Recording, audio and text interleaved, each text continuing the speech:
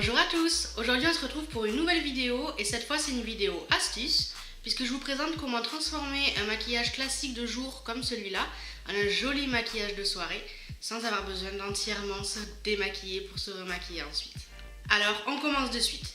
La base pour un joli maquillage de soirée c'est le teint. On veut un teint parfait. Et ça se prépare dès le matin. Donc ce matin quand je me suis maquillée, j'ai fait mon teint. J'ai appliqué une base de maquillage qui va permettre de fixer le maquillage. Il y en a certains qui vont permettre aussi de cacher les rougeurs, de cacher les pores. Il y a plusieurs bases de maquillage qui existent, mais vraiment c'est super important. Ensuite, j'applique mon fond de teint classique, donc toujours le Fenty Beauty, au Beauty Blender pour plus de couvrance. Et ensuite j'ai appliqué mon anti-cerne de manière assez classique. Donc en fin de journée, même si le teint a été bien fait dès le matin, on a quand même quelques brillances, quelques petites retouches à faire. Donc on va voir comment arranger ça. Donc la première étape, ça va être de venir corriger ou rajouter un peu de couvrance là où le fond de teint peut avoir bougé un petit peu. Donc ça peut être au niveau des cernes, ça peut être au niveau des ailes du nez si vous avez des lunettes, ça peut être sur certaines imperfections qui ont pu sécher ou au contraire devenir un peu plus grasses dans la journée. Donc on va venir prendre notre anti-cerne, donc moi c'est toujours celui de chez Sephora, et je vais venir en mettre sur les zones que je veux retoucher un petit peu. On peut remettre également du fond de teint, mais encore une fois il faut être très discret. Le but c'est vraiment pas de se remaquiller en entier.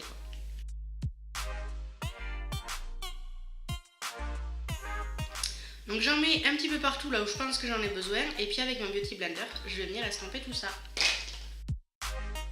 On peut aussi se servir justement de l'anti-cerne pour ajouter les touches lumière qu'on trouve nécessaires en fin de journée. Donc c'est pour ça que j'en ai mis sur le haut de mon front, sur mon menton, sur l'arête de mon nez. Ça va permettre d'apporter vraiment un petit peu de lumière et donc de faire ressortir le maquillage. Le fait d'utiliser de l'anti-cerne à un Beauty Blender, ça va permettre de venir couvrir sans rajouter trop de matière. Et c'est pour ça qu'on travaille avec de l'anti-cerne et pas avec le fond de teint directement, sinon ça va vraiment faire trop chargé en fin de journée. Une fois que ça s'est estompé, deuxième étape la plus importante pour moi, on va venir poudrer tout ça. Donc j'utilise encore une fois la Beauty Amplifier de chez Sephora. Et ça va vraiment être super important pour cacher toutes les brillances, pour atténuer toutes les brillances.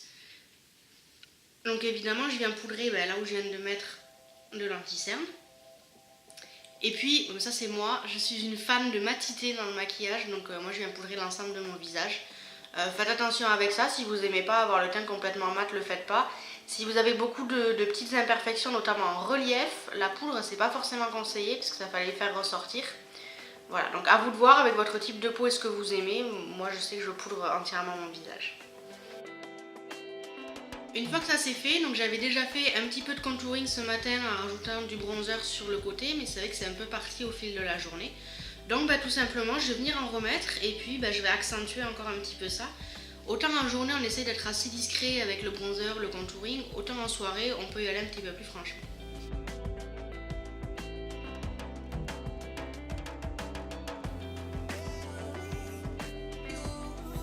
Ensuite l'étape suivante pour un effet bonne mine, ça va être tout simplement le blush. Alors en journée on va préférer des blushs sur les teintes pêche un petit peu orangées, pour un effet assez naturel, juste bonne mine. En soirée par contre on peut se permettre des blushs rose flashy. Ça c'est à vous de voir en fonction de ce que vous portez d'habitude. Mais sachez que voilà, en règle générale, en soirée, on peut se lâcher un petit peu plus sur les couleurs, mettre des choses un petit peu plus foncées ou flashy, justement, en soirée, ça passe sans souci. Notre astuce, si vous mettez déjà des blushs qui sont rosés, ça va être de jouer sur les finitions. Par exemple, en journée, on peut mettre un blush qui va être plutôt mat. Et en soirée, pas hésiter à rentrer, à mettre des blushs plus irisés. Dernière étape, et ça en soirée, c'est indispensable ou quasiment, c'est l'highlighter. Ça, en journée, si vous voulez pas en mettre, il n'y a pas de souci, effectivement, c'est clairement pas indispensable. En soirée, ça change quasiment tout le maquillage.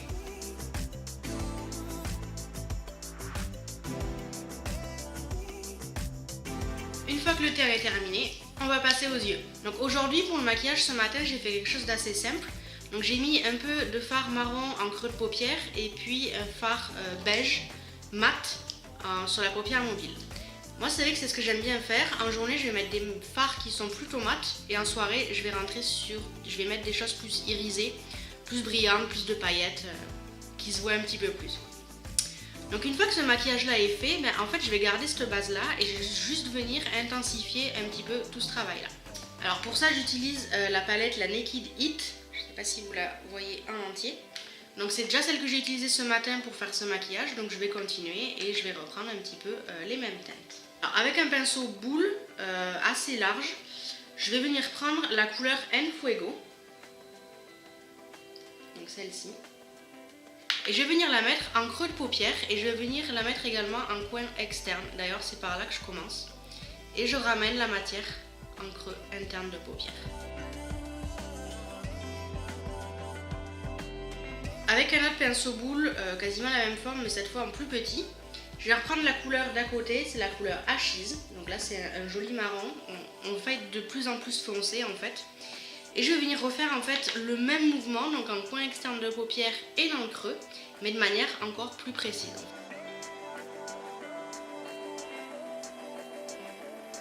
Ensuite pour la paupière fixe, la paupière au milieu, en fait je vais venir prendre de l'anti-cerne et avec un pinceau assez fin, je vais venir recouvrir l'ensemble de ma paupière, de mon milieu de paupière, pour pouvoir y mettre une couleur à paillettes. En fait c'est vrai que ça ressort mieux sur quelque chose qui accroche, donc c'est vrai que là si je le remets sur le fard qui est déjà appliqué, ça va pas forcément bien ressortir.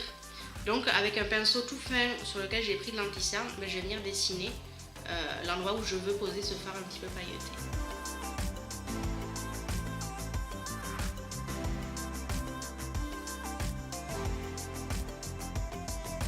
Donc une fois que ça c'est fait, je vais venir prendre un pinceau plat cette fois et je vais venir prendre la magnifique couleur Scorched. Donc c'est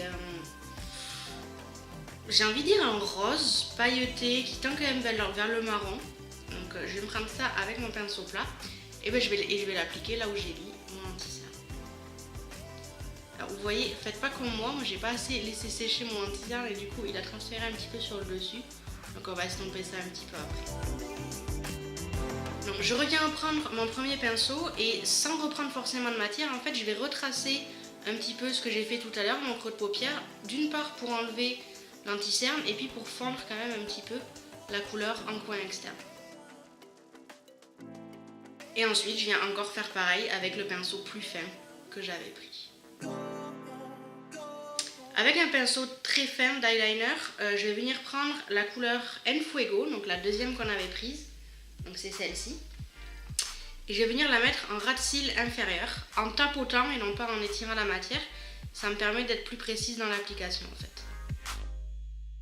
Pour finir, avec un assez petit pinceau, je vais venir prendre la couleur Ounce. En fait c'est un enlumineur, moi je vais m'en servir pour faire mon point lumière à l'intérieur de l'œil. Ensuite pour parfaire ça, je vais venir utiliser mon eyeliner, donc c'est toujours la définition de chez Kiko. Et je vais venir en fait intensifier mon regard. Dernière étape, le mascara. Ça j'en avais déjà mis ce matin, mais vu que j'ai retravaillé un petit peu mon regard, je vais venir en remettre une deuxième couche. Donc j'utilise toujours le Bad Gal de chez Benefit, que j'adore tout simplement. Donc là au niveau des yeux j'ai terminé et vous pouvez voir la différence en fait entre les deux yeux. Donc celui-là c'est celui que j'ai retravaillé, on voit qu'il a l'air plus grand, que les couleurs sont plus travaillées, plus fondues, plus brillants, c'est vraiment un maquillage qui ressort. Tandis que sur mon œil gauche c'est toujours assez classique, toujours un maquillage assez léger. Donc là j'ai terminé les deux yeux, donc j'ai recopié le maquillage sur le deuxième œil. C'est quasiment fini, dernière étape pour une soirée réussie, le rouge à lèvres. C'est vrai qu'en journée, j'ai pas forcément tendance à mettre du rouge à lèvres, par contre en soirée, c'est quasiment incontournable pour moi. Là, vous avez plusieurs choix, c'est vraiment en fonction de ce que vous préférez. Si vous n'avez pas forcément l'habitude de toujours vous maquiller et que vous pensez que ça va faire trop de faire à la fois les yeux et la bouche, vous pouvez mettre un rouge à lèvres plutôt nude, plutôt classique, en teinte mat ou glossy suivant vos préférences. Et si vous aimez bien, si vous avez l'habitude de vous maquiller, si c'est des choses que vous aimez bien faire, vous pouvez aller sur du rouge à lèvres un petit peu plus flashy. Et c'est ce que je vais faire. Donc pour ça, je vais utiliser deux produits que j'ai reçus il n'y a pas très longtemps et que je suis en train de tester. C'est le duo rouge à lèvres liquide mat et le crayon qui va avec de la marque Sananas Beauty. Donc je commence avec le crayon et je vais venir faire le contour de ma bouche.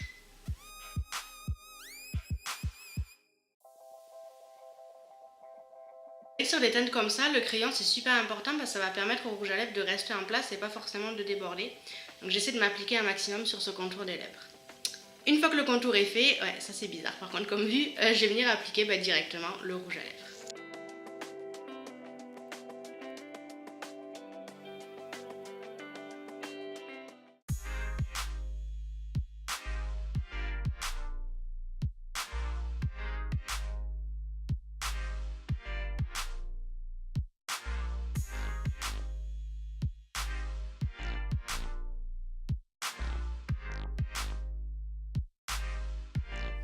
Voilà donc le look final. C'est vrai que si vous retournez en début de vidéo, que vous comparez à mon look du début, on est quand même sur quelque chose de plus chargé, de plus fait pour une soirée en fait, tout simplement.